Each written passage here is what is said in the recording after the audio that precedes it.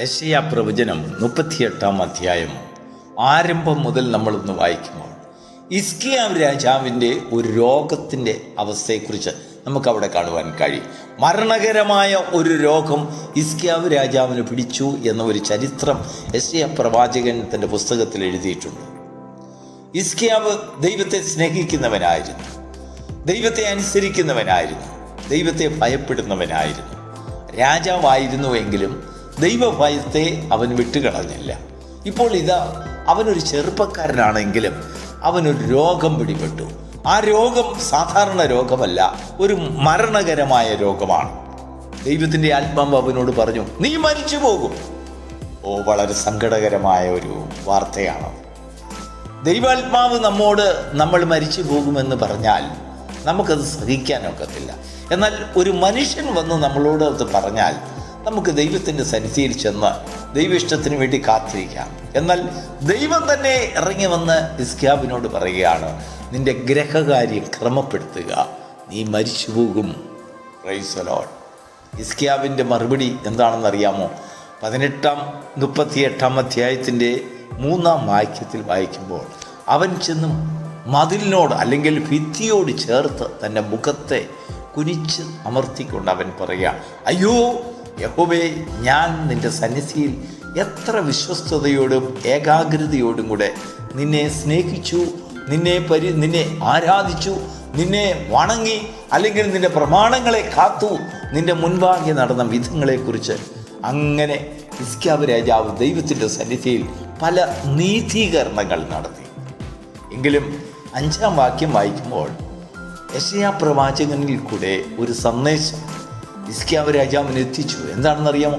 ഞാൻ നിന്റെ കണ്ണുനീർ കണ്ടിരിക്കുന്നു, നിന്റെ പ്രാർത്ഥന ഞാൻ കേട്ടു, നിന്റെ ആയുസ്സിനോട് 15 സംവത്സരം ഞാൻ കൂട്ടി തന്നിരിക്കുന്നു. ഇങ്ങനെ ദൈവം അവനെ സൗഖ്യമാക്കിയപ്പോൾ അവനിൽ ഒരു ചൈതന്യം വന്നു. നമ്മളെ ദൈവം സൗഖ്യമാക്കുമ്പോൾ നമ്മളിലും ചൈതന്യം വരും. എന്നാൽ നമ്മളിൽ ഒരു അഹങ്കാരം ഉണ്ടാകും, അനേകരിലും അഹങ്കാരമുണ്ടാകും. എന്താണെന്നറിയാമോ?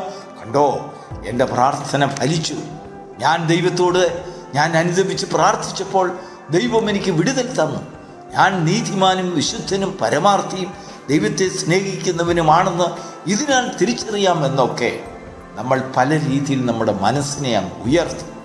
എന്നാൽ ഹിസ്കിയാവിനെ സംബന്ധിച്ചിടത്തോളം അവന് സൗഖ്യം ലഭിച്ചതിന് ശേഷം, അവൻ്റെ ആണ്ടുകളെ ദൈവം കൂട്ടിക്കൊടുത്തതിന് ശേഷം അവൻ ഒരു എഴുത്തെഴുതി, അവൻ ഒരു പുസ്തകം രൂപീകരിച്ചു, അവൻ്റെ സാക്ഷ്യത്തെ എഴുതുവാൻ തുടങ്ങി.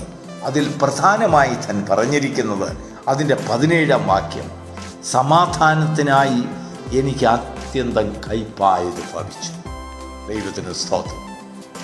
ഇന്ന് ദൈവത്തിൻ്റെ ആത്മാവിന് ആ ഒരു വാചകമാണ് നമ്മുടെ മുൻപിൽ വയ്ക്കുവാനുള്ളത്.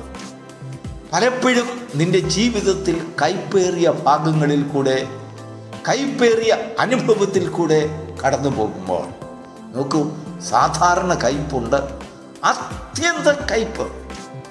ഒരു തുള്ളി പോലും, ഒരു കരടിന് പോലും നല്ലതെന്ന് പറയുവാനില്ല, മധുരമെന്ന് പറയുവാനില്ല. കയ്പാണ്, മുഴുവൻ കയ്പാണ്. എന്നാൽ ഹിസ്കിയാവിൽ ആ കയ്പ് ഒരു അനുതാപത്തിൻ്റെ വാക്കുകളെ കൊണ്ടുവന്നു.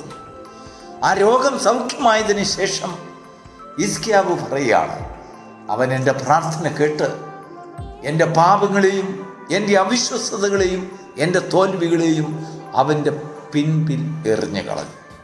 അതിനുശേഷം താൻ പറയുന്നത്, സ്നേഹത്തോടെ എന്നെ നാശത്തിൽ നിന്നും അവൻ രക്ഷിച്ചു. നോക്കൂ, ദൈവത്തിൻ്റെ സ്നേഹത്തെ അവൻ അനുഭവിച്ചറിയുക മാത്രമല്ല, അത് പുസ്തക രൂപത്തിൽ തൻ്റെ സാക്ഷ്യം അനേകർക്ക് കാണേണ്ടതിന് എഴുതി വച്ചിരിക്കുകയാണ്. പാപത്തിൽ നിന്നുള്ളതായ വിടുതൽ അവന് ദൈവം കൊടുത്തു എന്നുള്ളൊരു ബോധം അവൻ്റെ സൗഖ്യത്തിന് ശേഷമാണ് അവന് മനസ്സിലാകുന്നത്. അല്പം പോലും തന്നിലുള്ളതായ പ്രവൃത്തി ഗുണമായതുകൊണ്ടാണ് തന്നെ സൗഖ്യമാക്കിയതെന്ന് ഹിസ്കിയാവ് ഒരിക്കലും പിന്നീട് പറഞ്ഞില്ല. താൻ പറയുകയാണ്, അവൻ എൻ്റെ പാപങ്ങളെ, എൻ്റെ അവിശ്വസ്തതകളെ, ഞാൻ കാണാത്ത അവിശ്വസ്തതകൾ എനിക്കുണ്ടായിരുന്നു, എനിക്കറിയാൻ വയ്യാത്ത പാപങ്ങളെ ഞാൻ പിന്തുടരുന്നു. ഹിസ്കിയാവിന് വലിയ അനുതാപം വരുവാൻ തുടങ്ങി. ഞാനത് അറിഞ്ഞിരുന്നില്ല. എനിക്ക് ഇന്ന കുറവുകൾ എൻ്റെ കയ്യിലുണ്ടെന്ന് എനിക്ക് അറിഞ്ഞില്ലായിരുന്നു. എന്നാൽ അത്യന്തം കയ്പായത് ഞാൻ അനുഭവിച്ച് ഇനിയും ഒരു രക്ഷയും ഇല്ല എന്നെനിക്ക് ബോധ്യമായി. എങ്കിലും എൻ്റെ പ്രാർത്ഥന ദൈവം കേട്ടു.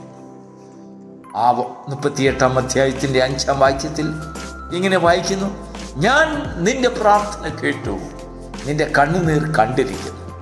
ഞാൻ നിന്റെ ആയുസിനോട് 15 സംവത്സരം കൂട്ടിത്തന്നിരിക്കുന്നു. സന്തോഷകരമായ ഒരു വാർത്ത. അതിൻ്റെ തലേ ദിവസം മരണത്തിൻ്റെ ആ മണികൾ മുഴങ്ങിക്കൊണ്ടിരിക്കുന്നതായ ആ സമയം കൗണ്ട് ഡൗൺ തൻ്റെ ജീവിതത്തിൽ തുടങ്ങിക്കഴിഞ്ഞു. ദൈവത്തിൻ്റെ ആത്മാവ് പറഞ്ഞു, നീ മരിച്ചു പോകും. അത് സ്വർഗത്തിൻ്റെ തീരുമാനമാണ്, സ്വർഗത്തിലെ പദ്ധതിയാണ്. എങ്കിലും ഹിസ്കിയാവ് അനേകർക്ക് സാക്ഷ്യമുള്ളവനായി തീരേണ്ടതിന് ഹിസ്കിയാവിൻ്റെ സാക്ഷ്യം അനേക തലമുറകളെ ദൈവത്തിങ്കിലേക്ക് അനുതാപമുള്ള ഒരു ഹൃദയം അവർ സ്വീകരിക്കുവാൻ കാരണമാകുന്നതിന് വേണ്ടി ഹിസ്കിയാവിനെ ദൈവം സുഖപ്പെടുത്തി. ദൈവത്തിന് സ്തോത്രം.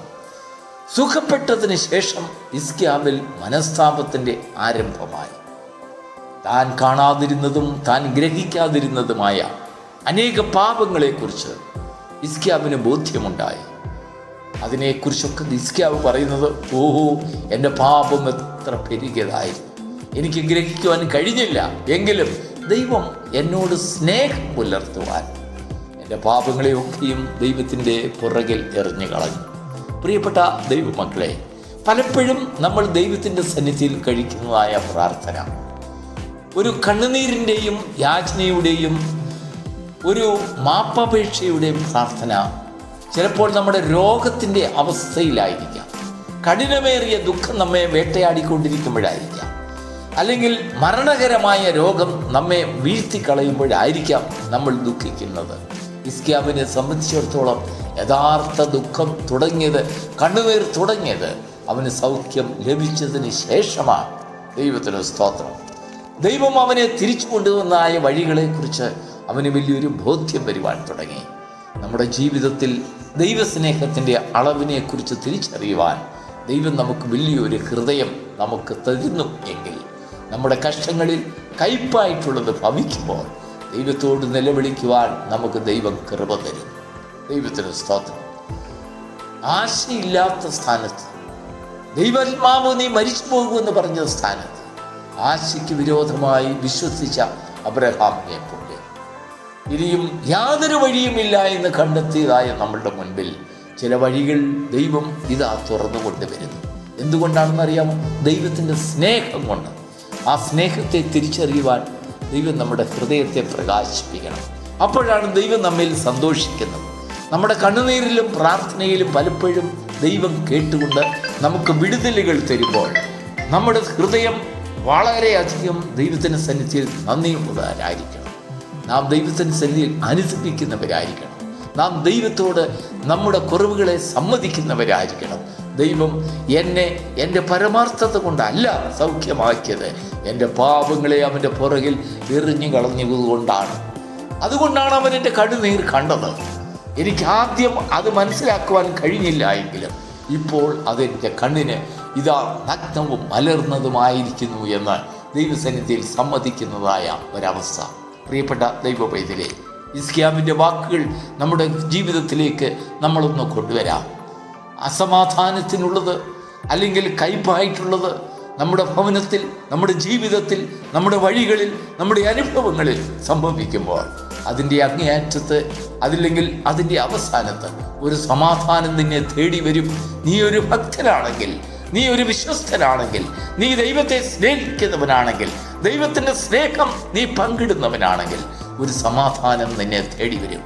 ആ സമാധാനത്തെ കാണുവാൻ, അനുഭവിപ്പാൻ ദൈവം നിന്റെ ഹൃദയത്തിൻ്റെ ദൃഷ്ടികളെ ഈ പ്രഭാതത്തിൽ പ്രകാശിപ്പിക്കുമാറാകട്ടെ. God bless you.